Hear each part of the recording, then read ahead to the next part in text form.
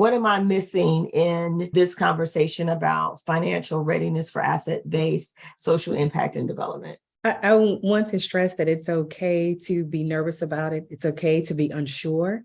It's okay to be a little scared because we are moving into some very different times. So I would say not to be afraid to start the conversation. You don't have to have every box checked. There it will be, a consultant, a partner, a church member, a neighbor, that person who lives next door to the church, who always knows what's going on in the community. There's going to be a resource that God will provide when we have the questions and we feel like this is the right direction.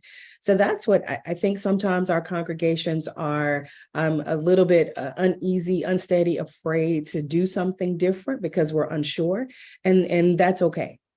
So that's the part that, I want to stress. We can tell you all of these things. We can give you every checklist. We can give you, every consultant. We can give you millions of dollars.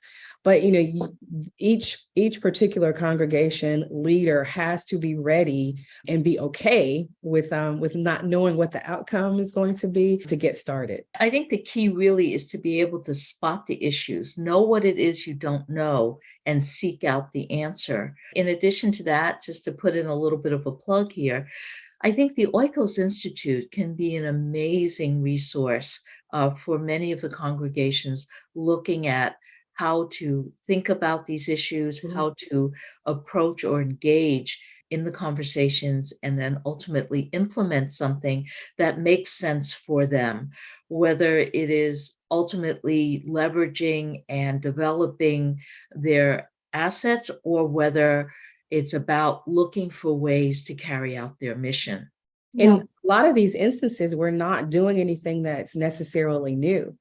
We may be thinking about it in a different way, or we may be delivering the solution slightly different, but there have always been, religious organizations, faith-based communities that have helped in some way, that have provided housing, that have provided food, that have provided mental health and any other resource that the community has needed. We've done that. We've always done that.